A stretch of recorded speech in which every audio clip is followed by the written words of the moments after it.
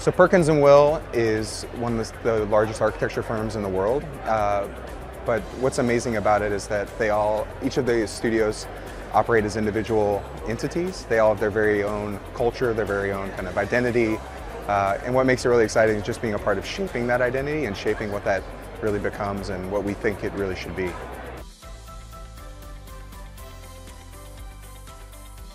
I love that question. We talk about leadership all the time.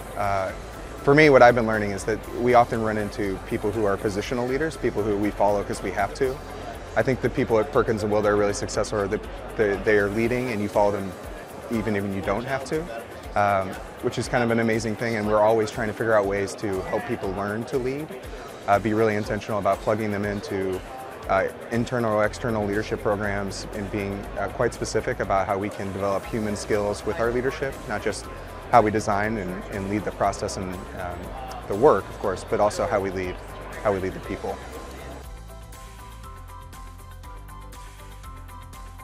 I would say one thing for us is their ability to communicate, their ability to kind of express ideas. We're always asking for ideas that come from anywhere.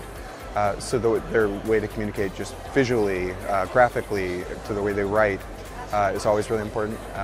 We also look for candidates who are authentic, who we have a story to tell, who we really believe in, who have this kind of value system embedded in the way they work that resonates with the work we do. Yeah, I mean, portfolios have changed so much from when I was applying. Sometimes they're digital, sometimes they're printed.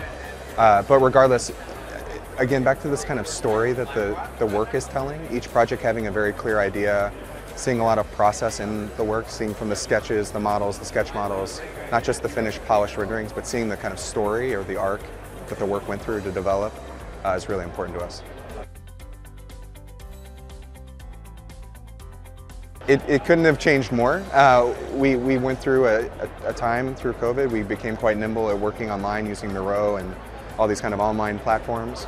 Now we're working in a very hybrid scenario, but I mean, if you look around, people are back. People want to be back in the studio, which is really, really exciting. It creates this really vibrant atmosphere. But I think the way in which we collaborate is more or less the same as ever. We want to be able to tap shoulders and lean over and work with the people next to us.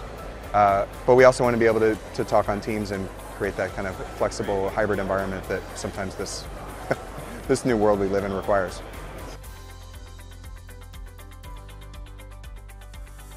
Yeah, so the retention is a big thing. I mean, last year we were as busy as we've ever been.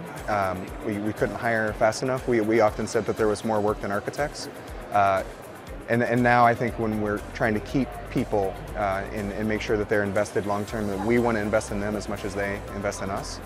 So I think helping them understand what their strengths are and trying to make sure that they're continually working and developing over time, that really helps with retention, making sure that they're feeling invested in and developing and growing, of course. Sure, so in terms of specialization, I think we often talk about kind of T-shaped people that have a broad exposure to a lot of things but have a deep expertise in one thing. And I think this kind of generalist model is pervasive in Perkins & Will. It's, I think, something that is quite celebrated. The ability to move between project types, to work between project teams often makes us quite nimble. We can work across scales. So we try to, of course, have expertise where needed, but we also try to encourage folks to have a lot of different experiences and work in different typologies.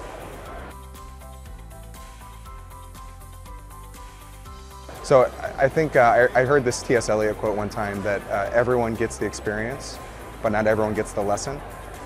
And I think the idea that you're moving through your career and you're kind of experiencing hardship or going through difficulty is often more palatable when you can turn it into a lesson, into something productive. So I would say that if you are starting out, I would start accumulating as many lessons as you can. Finding the things you're going through that you can learn from, maybe what to do and what not to do, but those are both equally instructive. I think I would give myself just the kind of grace to know that you're a work in progress, that we're all developing and continuing to grow. And I think sometimes you expect to be at a certain place, but I think it's a long process. It's a marathon, not a sprint.